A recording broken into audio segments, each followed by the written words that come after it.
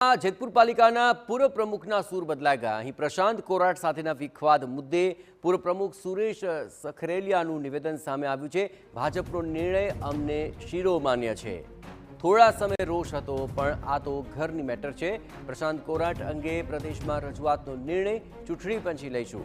ભાજપ 35 થી 37 બેઠકો જીતશે તેવો સુરેશ સખરેલિયાએ અહીં દાવો કર્યો છે। અમે પાર્ટીના નિર્ણયની સાથે છીએ અને ટિકિટ કપાય એટલે શરૂઆતમાં દુઃખ થવું સ્વાભાવિક હોવાનું ગણાવ્યું।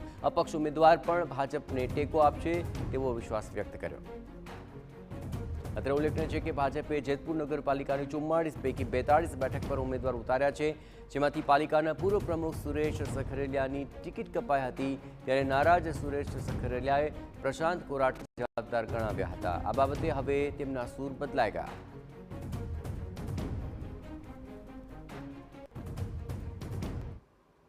જેતપુર મહાનગરપાલિકાની ચૂંટણી માટે મતદાન ચાલી રહ્યું છે। ભાજપે અહીંયા 11 વોર્ડની 44 માંથી 42 બેઠક ઉપર છે તે ઉમેદવાર ઉતાર્યા છે। 2 બેઠક ઉપર ભાજપે મેન્ડેટ ન આપતા ક્યાંક ને ક્યાંક વિવાદ પણ સર્જાયો હતો ને આ બેઠક જો જેતપુર નગરપાલિકાની ચૂંટણી છે તે રાજ્યભરમાં ચર્ચામાં આવી હતી। જયેશ રાદડિયાના નજીક અને નગરપાલિકાના પૂર્વ પ્રમુખ એવા સુરેશભાઈ સરખેલિયાને ટિકિટ નહોતી મળી અને ક્યાંક ને ક્યાંક જૂથવાદ છે તે સામે આવ્યો હતો। આપણી સાથે સુરેશભાઈ સરખેલિયા છે, પૂર્વ પ્રમુખ। સુરેશભાઈ, પૂર્વ પ્રમુખ હતા, તમને જ ટિકિટ નહોતી મળી, કેટલી દુઃખની બાબત કહેવાય? ના, એ પાર્ટીનો નિર્ણય હતો અને એ ભારતીય જનતા પાર્ટીનો જે કઈ નિર્ણય હોય અમને શિરોમાન્ય હોય અને એમાં કોઈ દુઃખ લગાડવાની વાત ન હોય। અને અમે પૂરા મહેનતથી અને જુસ્સાથી આજે ભારતીય જનતા પાર્ટીના જે 42 લોકોને મેન્ડેટ મળ્યો છે એમને જીતાડવાની અમે અથક પ્રયત્નો કર્યા છે અને જીતવાના છે, એમાં ફાઇનલ છે। સુરેશભાઈ, આ તો આ ચૂંટણીના દિવસે તમારું આ નિવેદન આવ્યું છે, પરંતુ જે દિવસે તમારી ટિકિટ કપાણી ત્યારે પ્રેસ કોન્ફરન્સ કરી ખુલ્લે આમ તમે પ્રશાંતભાઈ કોરાટનું નામ લીધું હતું ને કીધું હતું કે એમના લીધે જ મને ટિકિટ નથી મળી। સ્વાભાવિક છે, ટિકિટ જયારે ન મળ્યો ત્યારે થોડોક એમ રોષ હોય, પણ એ અમારી ઘરની મેટર હતી।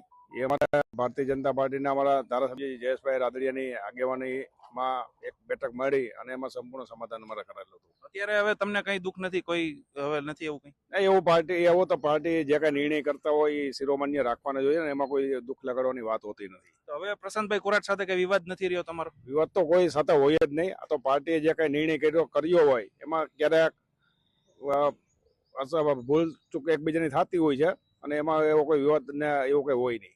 2 બેઠક ઉપર હવે ભાજપના ઉમેદવાર જ નથી, તો કાયની પરિણામમાં અસર દેખાશે, શું લાગે છે? નહીં, જે કાંઈ અપક્ષ ઉમેદવાર ચૂંટાવાના છે, જ્યારે ભારતીય જનતા પાર્ટીએ 42 લોકોને ચૂંટણી લડાવેલ છે, 2 લોકો નથી લડતા, એને ભારતીય જનતા પાર્ટીએ પેનલમાં સાથે લઈ લીધા છે અને અપક્ષમાં એમને ભારતીય જનતા પાર્ટીએ ટેકો આપેલા। એ લોકો અમારી 2 સીટ નથી જ્યાં લડતા, ત્યાં અમારી સીટ જ આવવાની છે।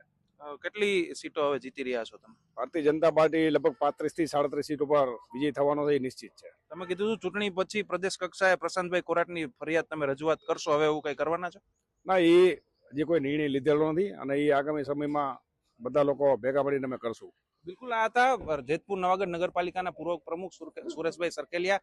તેમની ટિકિટ છે તે ભાજપ દ્વારા કાપવામાં આવીને તેને લઈને ક્યાંક ને ક્યાંક વિવાદ સર્જાયો હતો, પરંતુ આજે ચૂંટણીનો દિવસ છે ને આજે તેમના સૂર છે તે બદલાઈ ગયા હતા ને કોઈ પણ પ્રકારનો વિવાદ પાર્ટીમાં ન હોવાની વાત પણ તેમણે કરી હતી ને ભાજપ 35 થી 37 બેઠક સાથે જેતપુર નવાગઢ નગરપાલિકા છે તેમાં સત્તા પણ સ્થાપશે તેવો પણ દાવો છે તેમણે કર્યો હતો। હવે પરિણામના દિવસે જોવાનું રહેશે કે જેતપુર નવાગઢ નગરપાલિકામાં ભાજપને કેટલી સીટો આવે છે।